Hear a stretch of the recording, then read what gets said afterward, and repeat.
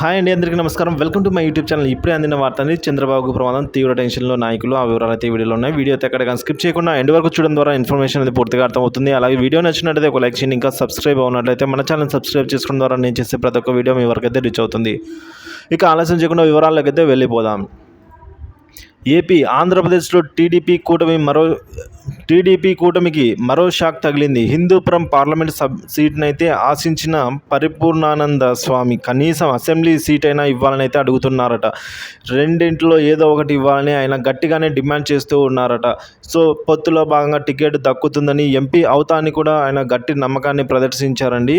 కానీ ఈసారి ఈ పరిధిలోకి 2 టికెట్లు టీడీపీకే దక్కాయండి. సో కాబట్టి ఇలా దక్కడంతో ఎంపీ టికెట్ టీడీపీ అభ్యర్థికే పార్థసారథికి దక్కింది. సో దీంతో ఇండిపెండెంట్గా రంగంలోకి దిగేందుకు స్వామి సిద్ధమయ్యారు.